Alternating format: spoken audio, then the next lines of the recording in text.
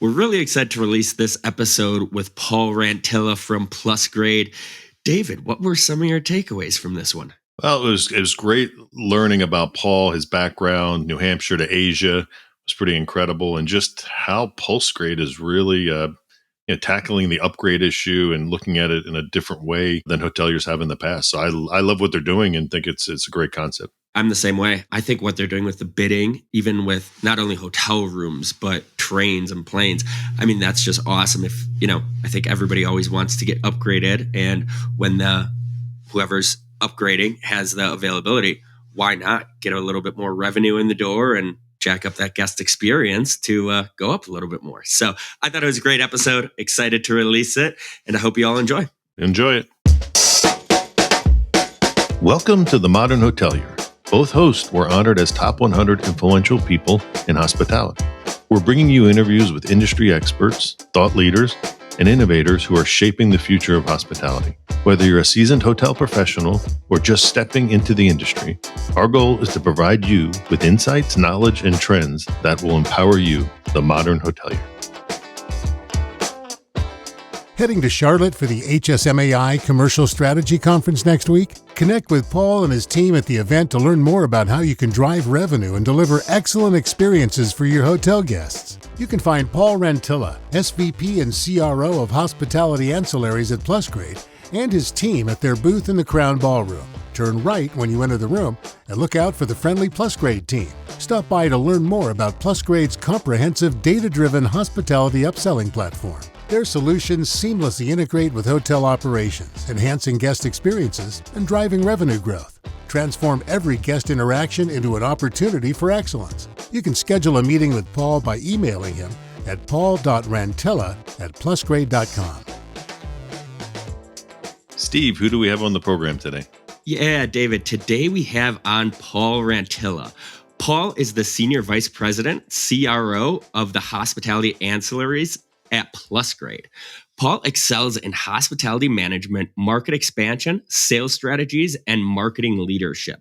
Before joining Plusgrade, Paul held a pivotal role of Chief Commercial Officer at Birchstreet Systems, where he oversaw sales, marketing, and global hospitality brand relationships.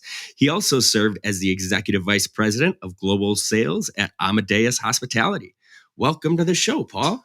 Thanks, Steve. Great to be here. So we're going to go through a couple areas. We're going to go through a lightning round, get to know about your background, dive into your career, and then jump into some industry topics. Sound good?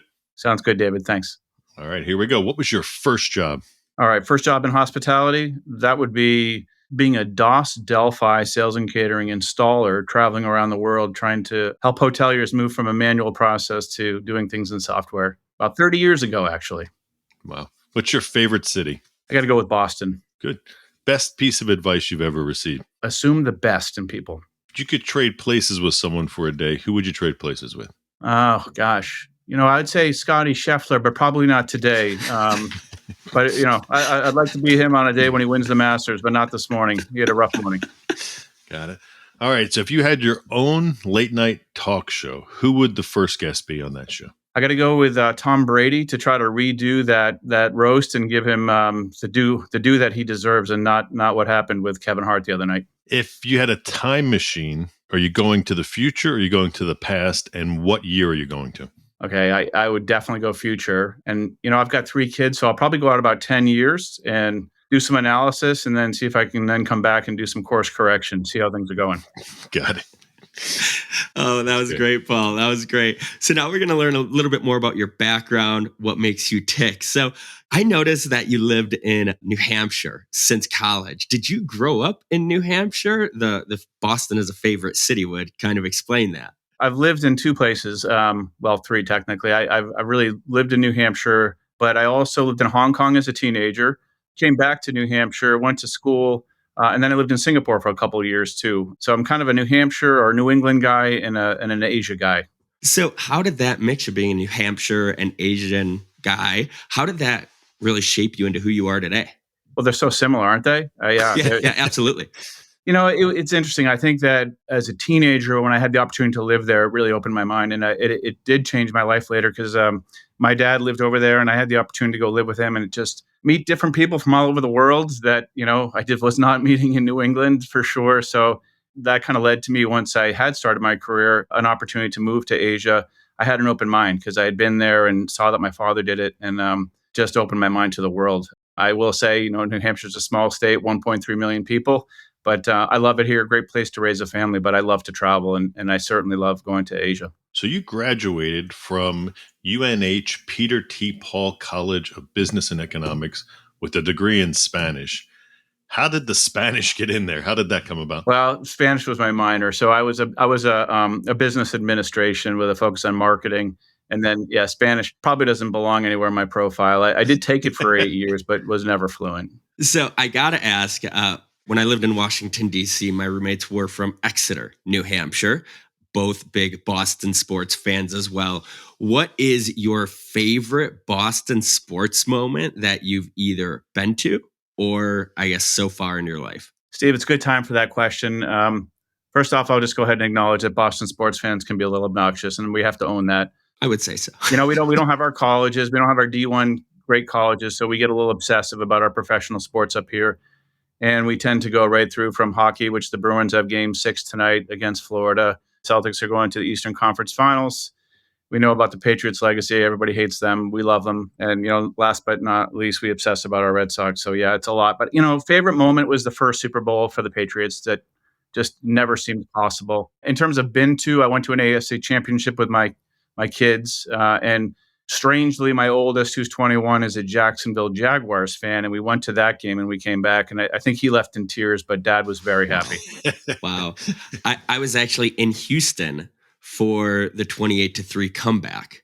And at halftime, the Falcons fans were going nuts. And my buddies who are Patriots fans were, pretty upset. But that turnaround, one of the most crazy situations I've ever been in. You've witnessed the better, live moment than me. That's incredible. So lucky you got to go to that game. I wasn't at the Super Bowl. I was at a bar close by, but It still was a crazy atmosphere. But felt like you were there probably. Yeah. Yeah, it did. It was nuts. But, well, that was great. Now we're going to get into your career a little bit, how you got to where you are today. So you were the director of sales at New Market International, then the executive vice president of sales at Passkey, which got acquired by Cvent. What did you learn in those earlier years that helps you in your current role at Plusgrade? Oh gosh, actually the time at Passkey was very similar to what I'm doing now. But when I joined Passkey, it was a software for group reservations that was in convention and visitors bureaus that did housing for citywide events. I was hired to build out the hospitality business and see if we could get hotels to use that system for events as small as a wedding or to a large conference, and have a private booking engine where you could almost take group to more of a leisure experience where people could extend their stay or upgrade their room type. But I will tell you, it was hard. The company was kind of around the time when Y2K was big and people were burning through capital, and the company had 4 rounds of funding and we wanted a 5th. They gave us very little and said, make it work. And I don't think our investors thought we were going to make it, but it was a long process. But, hotel by hotel, we grew that business. We ended up working with all the major chains and Vegas casinos. It took 13 years, but we had a successful exit with Vista, who eventually put Passkey together with Cvent. But what a great experience to learn, to hang in there and just go, one day at a time, property by property. My time here at Plusgrade is also similar, where we're kind of a startup within a very successful company in terms of hospitality ancillaries. We did acquire a company called Upstay out of Tel Aviv about a year and a half ago. Really great energy, very customer centric, but small. And my time at Passkey helps me understand kind of what it takes to build something. And especially in hospitality upselling, there's a lot of competition. Some companies have been at it for 2 decades. So, we really have to kind of carve out what's unique about us, and the strength of our parent company with Plusgrade and points and their success in air, cruise, and rail really helps. And I kind of, as to your question, leverage what I learned from the startup and then trying to harness the power of the mothership as well. Yeah, I think I was in your guys' office, Passkey offices, maybe 2001. But those were the days, all the .coms, and everyone was just trying to figure it out. And was that Quincy, Massachusetts, David? Was that? Yes. No kidding. No kidding. I ran a booking engine company. We didn't do groups, and we were trying to figure out maybe there was a partnership, and it didn't work. But it was still a great time to always meet, like you said, the small companies, and that whole startup vibe was incredible because it was like nobody had seen that before. So that was great. So you're another portion of your career is, and we went over it in the intro. You were EVP of sales at Amadeus, chief commercial officer at Birchstreet. From that time, is there a proud moment or something, an accomplishment that really sticks with you? Man, let's see. I would say the moments that stand out are just the incredible team at Amadeus going back. So I was at Newmarket for really, I would say, formative time of my career where over 8 years, I had 5 jobs from leading Asia Pacific to going to lead sales. Company was growing so fast. Those are the early software days of DOS systems, moving to Windows and migrating. I think just the relationships, that was a really special time, kind of getting to know the folks there. 13 years later, after I left and went to Passkey and came back, so many people were still there. It was amazing. People that never left, yet their careers had grown and they had families and got married. And it was like a homecoming. It was just so phenomenal to work with those people. And it was 5 minutes from my house. Love that. But I will confess, it was Amadeus at that point. It was a much bigger company. And I missed building something like I had done at Passkey. And I think Birchstreet offered an opportunity to really instill some process and some rigor and professionalism into their sales and marketing. So it was really fun to know that every day mattered. And of course, then COVID happens and we have to start over. But I really enjoy building something, and I think that's what Birchstreet offered. And we recapped the company 3 years later for a 4x the valuation when I joined, and I was very, very proud of that. That's awesome. Now you're the SVP and CRO at Plusgrade. Tell us a little bit more. For those that don't know, tell us a little bit more about Plusgrade, what you all do, and a little bit more about what you're focused on as a CRO.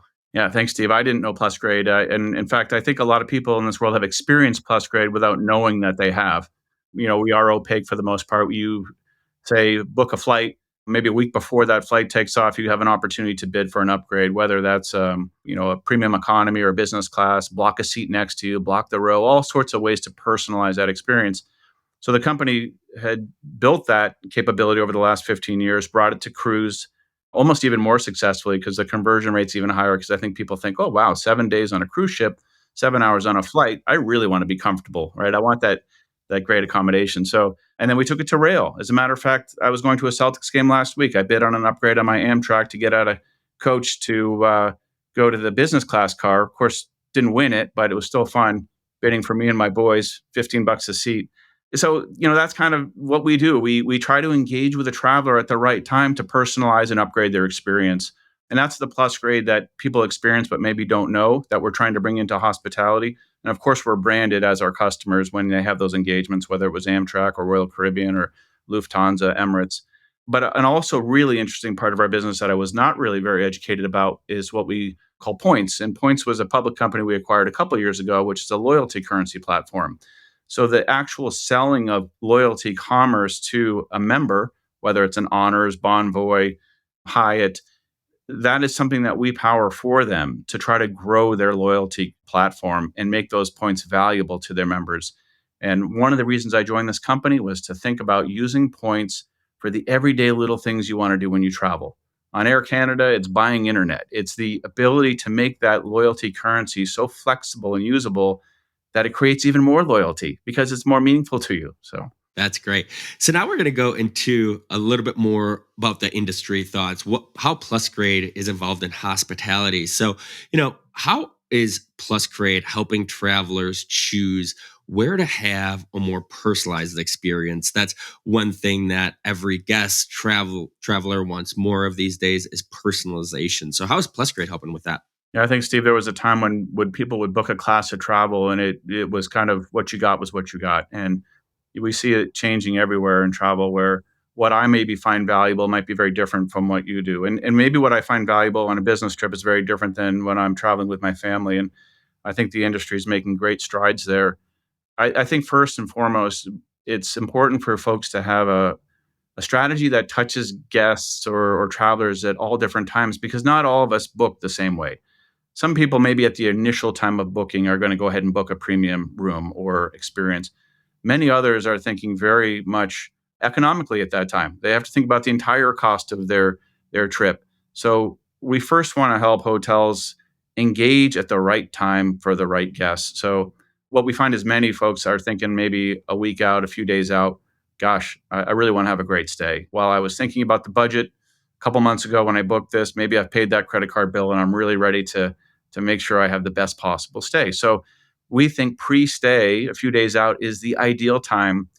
And then it's about engaging in the right way, because the right way is different for folks. It might be a text, it might be a WhatsApp, it could be an email offer, but it has to be so easily understood and actionable because we all get so much sent to us. And I think we make split second decisions on, am I even going to open this or look at it? So, a consolidated, simple to understand action. And let's face it, some people aren't going to even open that. And then maybe at the front desk, there's another opportunity to engage in the right way, hopefully. And then maybe during the stay, if I didn't upgrade at the front desk, I can get a text, or I can find out maybe I could get a late checkout, or I could extend. So I think that the leaders out there are trying to figure out how to engage in the right way throughout the entire journey, personalize it, make sure it doesn't feel like a nickel and dime, and that's tricky, right? There's a tendency to when you say personalize, charge for little things. Sometimes people feel like that way. So it's allowing people to pay for the things they see value in. I would say. And kind of timely with our conversation today, I was reading an article yesterday by the COO of Sage Hospitality, Patrick Polke. He was talking about how hotels are missing opportunities when it comes to ancillary revenue compared to airlines, cruises, railways, things like that. How can hotels how can they improve capturing more of the ancillary revenue, and maybe what can they borrow from these other sectors that are doing it better? Yeah, good question. To your point, I think air in about a 15-year period tripled ancillary revenue, which is amazing. And I think we're making progress. You hear a lot about total RevPAR, TrevPAR now in hospitality. I think sometimes the big enterprises are they have a tougher time moving, right? Their scale and their challenges. However, I would say they also have the power of their loyalty currency to try to use that for personalizing. But there's a lot of great software out there, not just my company. There's a lot of great opportunities to go and use a software to do that, or engage with a front desk training or platform that can train your folks to think about that. And I think there's a belief that some front desk people wouldn't want to try to upsell, but if they're trained on how to do it, maybe it doesn't feel like selling, and it feels like you're actually taking better care of that guest and enlightening to them about how they could have a better stay. So there's a lot of things hotels can do, and I think it's about focus. There's a great return on trying to drive ancillary revenue, creative things that maybe hotels haven't thought of. And it's not just room upgrades, it's products, it's services, maybe it's a bottle of wine at check-in. We're seeing a lot of focus on early check-ins and late checkouts. You hear about people that, let's say you're flying over the Atlantic, you arrive at 5 a.m. in London. Many people buy a room the night before just so they can get to the room. Well, why shouldn't I be able to get an early check-in? And I think the days of a hotel, perishable experience from 4 p.m. to 11 a.m. the next day, I think those are going to really get challenged. Why does it have to be that way? And if we have technology that can help, maybe we can operationally adjust so we can accommodate the hours that maybe a guest wants. So there's just so much opportunity for it. Technology is just a part of it. It's a mindset, it's training, and it's a willingness to for folks to take the time in an industry that feels a little bit labor strapped and trying to do a lot with maybe scarce resources. So in our industry, there seems to be a little bit of shift. So for example, next month, there is high tech and there's the commercial strategy conference, which used to be rock. And the concept there is, how do you bring marketing and revenue management together? So how do you see Plusgrade kind of leveraging? I have some thoughts, but how do you see it leveraging some of the revenue management tools to make sure that you're offering the right offers to guests? Yeah, David, I actually think this is a great change, by the way. As somebody, and I think we have this in common, it's sometimes hard to find the right folks who have the purview to really kind of go beyond a certain discipline. And I think that this commercial strategy versus dividing out marketing and rev is a great way to do it. There's all the talk about AI and this how AI is going to change the job of a revenue manager. Well, I think it will change the job. It's going to equip them, but it might kind of get more into marketing and partnering with marketing and touching guests with the ammo of AI with a really strong marketing, acumen. So I think kind of the two coming together is a real opportunity for folks who are trying to drive revenue, but do it in a way that's really effective, which requires good marketing and good messaging and understanding that all guests are different and they want to be engaged differently. And you have to be good at all these things. I agree 100%. Now, are there any best practices, and maybe it's more on the hotel side, some things at Plusgrade that you guys, tell hotels to champion and make sure that they're doing to really see more success in leveraging the technology? Yeah, I think there's something we do really unique here is where we invite everybody to bid on an upgrade, even if there's no upgraded rooms available. And at first, I think people scratch their head a little bit and say, well, are you setting them up for disappointment? And I would say that, it's a fair question, but if you can at least establish engagement with that guest and understand what they perceive the value of an upgraded room to be, what if there's a cancellation? So, yeah, maybe you could put them in, but you can also understand what is the perception of the value of these upgraded rooms. So your pricing strategy can change.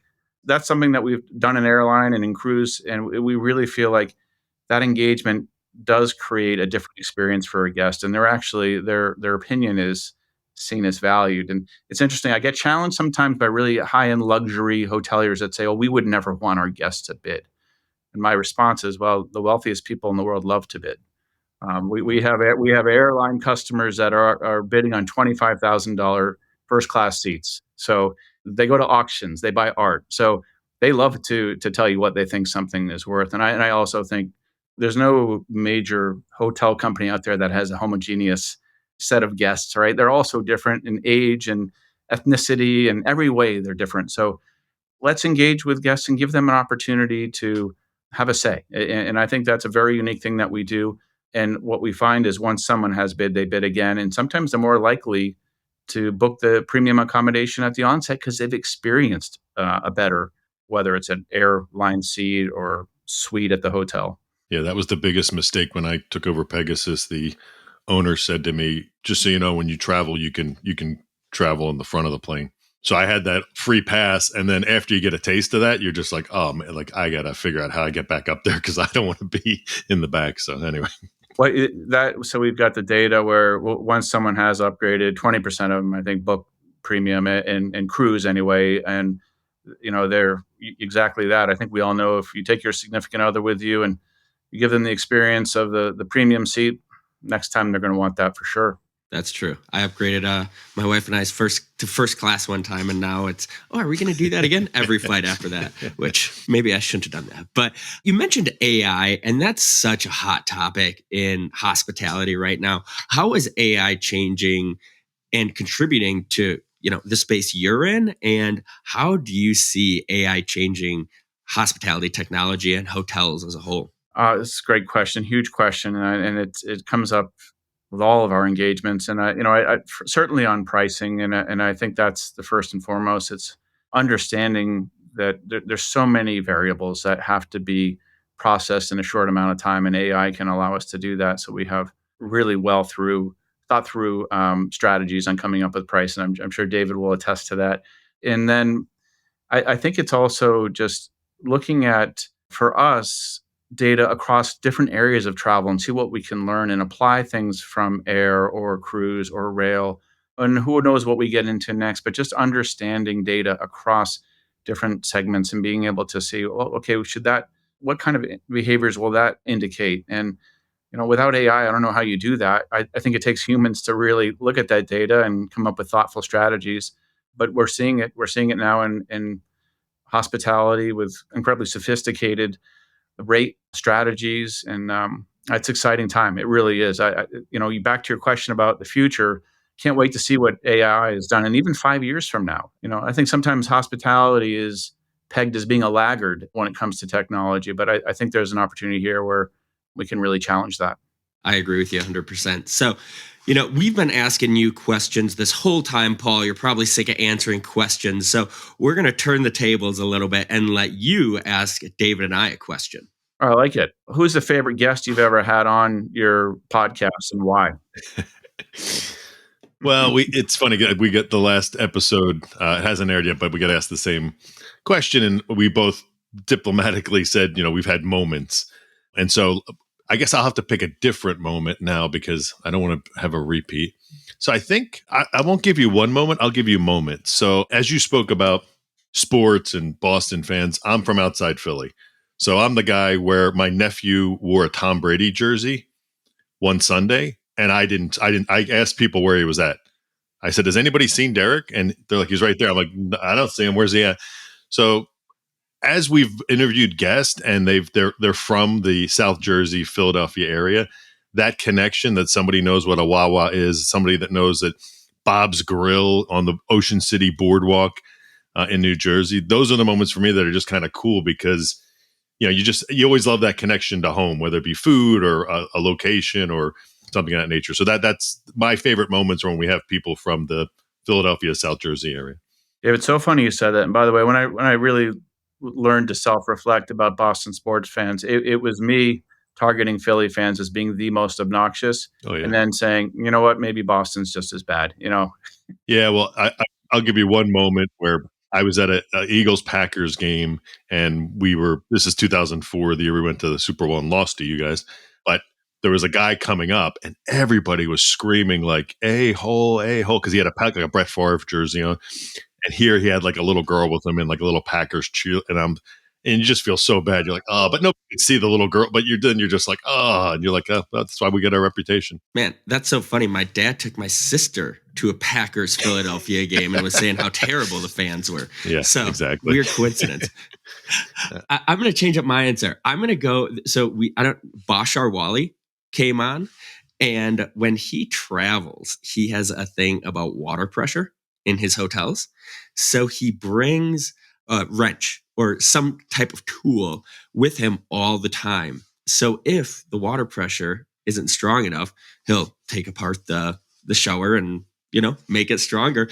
And I just remember laughing so hard because he would talk about going through security with these different tools, and they're like, what are you doing with this? And he's like, look, I just have a weird thing with water pressure.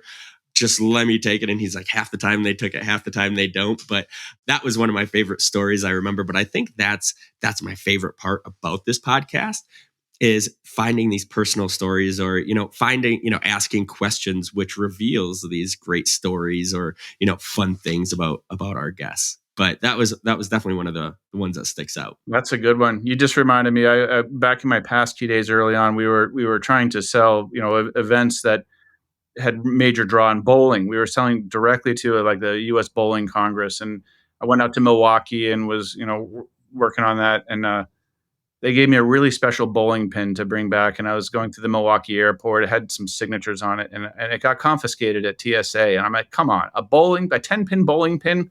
What am I going to do with that? In Milwaukee? Yes. Man, I have flown with so many things through that airport. I can't believe. Next time I'm there, I'll ask about your bowling pin for you. Maybe it's still there and lost and found, and you could capture it for me. They're usually so nice in that airport. Like they're Milwaukee TSA people. They're usually pretty nice, but we'll get it for you. So that was great. So our producer, John, he's been listening the whole time, and we're going to hand it off to him for the final question here.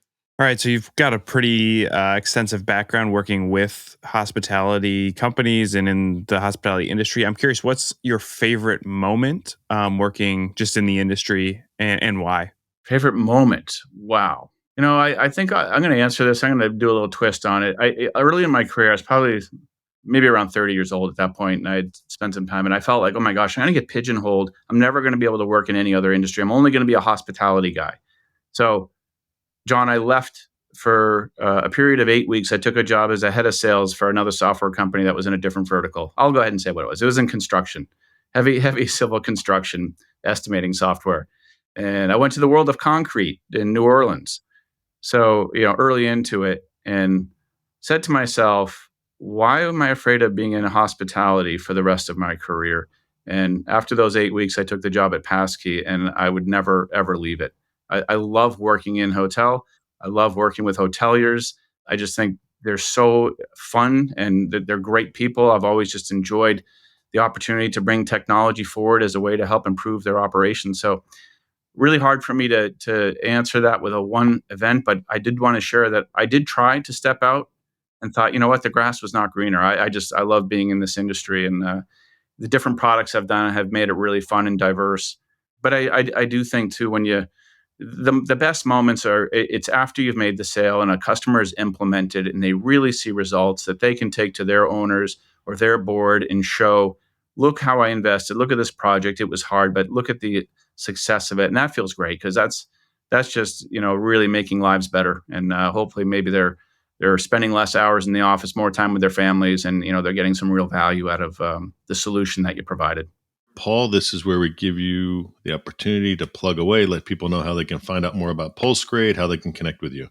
Yeah, please do. We're at a point where we want to talk to everyone about their revenue, their ancillary revenue strategies, and whether it is pre-stay, front desk, during stay, whether it's a brand, whether it's an independent. I can be reached at paul.rantilla@plusgrade.com.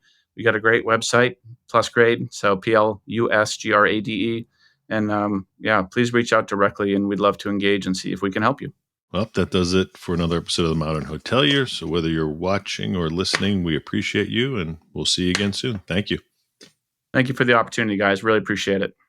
Thank you, Paul.